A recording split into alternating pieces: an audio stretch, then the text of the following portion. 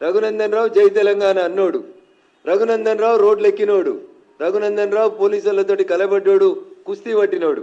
ఆఖరికి ప్రతి చౌరస్తాలో ఈట్ కా జవాబ్ పత్తర్ సే దేంగే అని చెప్పి వచ్చినాడు రఘునందన్. కాబట్టి నీలాంటి వాళ్ళకి ఎవడు భయపడ్డాడు కాదు. రఘునందన్ గురించి మాట్లాడాలంటే బాగా దగ్గర పెట్టుకో, ఒళ్ళు దగ్గర పెట్టుకొని మాట్లాడుకో.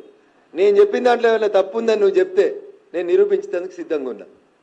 అరే 1200 ఓట్లలో పొంకనాలు కొట్టినావు, ఇంకా ఎమ్మెల్సీ మేనేజ్ చేసుకోవడం చేతగాలే. మాది నైతిక విజయం అంటాడు నీ మంత్రి ఒక ఆయన వచ్చి. ఓడిపోయినానికి నైతిక విజయం ఏముంటుంది? రాజకీయాల్లో జో జీతా ఓయి సికందర్, ఓడిపోయినోడు శుద్ధులు చెప్పుడేంది? ఏం చెప్తా ఉన్నారు మీరు ముచ్చట్లు? అందుకని మీరు ఒకసారి దయచేసి ఆలోచించుండ్రి, అర్థం చేసుకోండి ప్రజలారా. రేవంత్ రెడ్డి అనేట ఆయన నాకు చెప్పరాదా? మరి మహబూబాబాద్లో ఎట్లా గెలిచిరు మీరు? బీఆర్ఎస్ ఎంపీ లేదా మహబూబాబాద్లో? సిట్టింగ్ ఎంపీ ఎవరు? మహబూబాబాద్లో బీఆర్ఎస్ సిట్టింగ్ ఎంపీని ఓడగొట్టుకొని, మీ మాలోతు కవిత గారిని ఓడగొట్టుకొని కేసీఆర్ గారు, హరీష్ రావు గారు మీకు ఓట్లు వేయించిరా? బలరాం నాయక్ గారిని గెలిపించిరా? ఖమ్మంలో మీ పొంగులేటి శ్రీనివాసరెడ్డి వియంకుని గెలిపించేందుకు ఈ పని చేసిరా? ఎవరిని నామా నాగేశ్వరరావుని బలి చేసి బీఆర్ఎస్ వాళ్ళంతా కాంగ్రెస్ కోట్లు వేసిరా? నేను మాట్లాడగలుగుతాను కదా, చాలా ఉన్నాయి కదా సాక్ష్యాలు, ఆధారాలు. 8 చోట్ల నువ్వు గెలిచినావు కదా, ఆ 8 చోట్లలో బీఆర్ఎస్ ఓట్ షిఫ్ట్ నీకు అయిందా? అదేనా హరీష్ రావుకి నీకు మధ్యలో ఉన్నటువంటి అగ్రిమెంటు?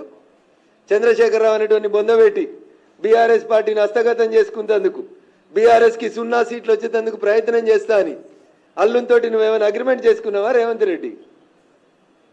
అందుకని రఘునందన్ గురించి మాట్లాడే కంటే ముందు, రఘునందన్ నోట్లే నోరు పెట్టే కంటే ముందు ఒళ్ళు దగ్గర పెట్టుకోమని చెప్పి అది ఎవరికైనా ఈ సందర్భంగా నేను చాలా స్పష్టంగా తెలియజేయదలుచుకున్నా.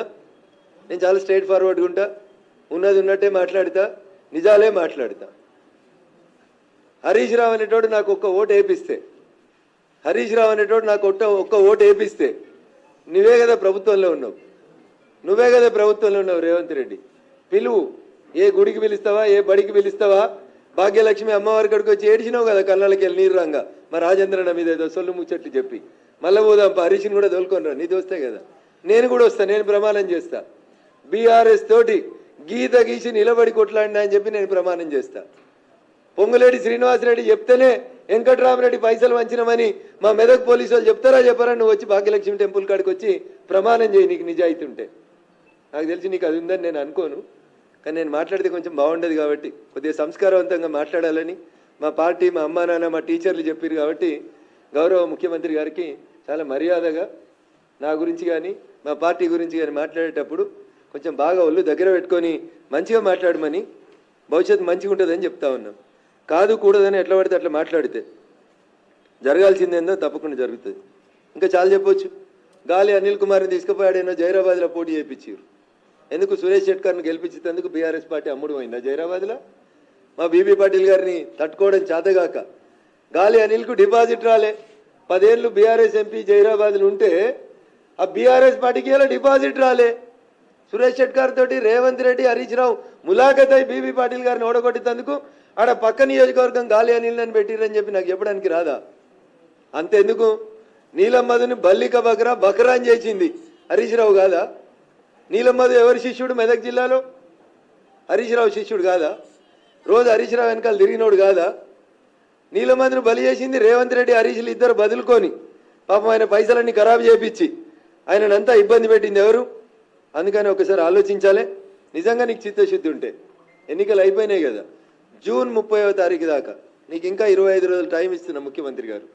ఈ 25 రోజులల్లో నాకు తెలిసి నువ్వు తెలంగాణ ఉద్యమం చేయలేదు, నీకు ఆ పౌరుషం లేదు, ఆ రోషన్ లేదు, ఆ పదాలకు అర్థం కూడా తెలుసని నేను అనుకుంటలేను. ఒకవేళ ఉంటే ఎందుకంటే జయ జయ హే తెలంగాణ జననీ జయ కేతనం అనే పాటని నేను తెలంగాణ అధికారిక గీతంగా ప్రకటించిన అని చెప్పిన తెలంగాణ రోషం, పౌరుషం నీలో ఉంటే డీసీపీ రాధాకిషన్ రావు ఇచ్చిన స్టేట్మెంట్ మీద ఈ 25 రోజులలో చంద్రశేఖరరావుని అరెస్ట్ చేసి నీ తెలంగాణ పౌరుషాన్ని చూపించు.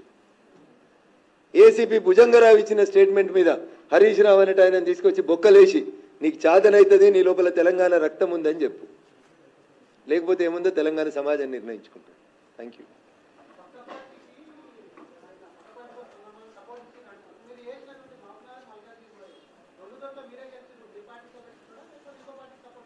ఈ ప్రశ్న మీరు ఆయన అడిగితే బాగుంటుంది. ఎందుకంటే ఈ లాలుచితనాలు, పక్క పార్టీలతోటి పొద్దుకినాక మాట్లాడుకోవడాలు ఈ నాకు రావు, మా పార్టీకి రావు.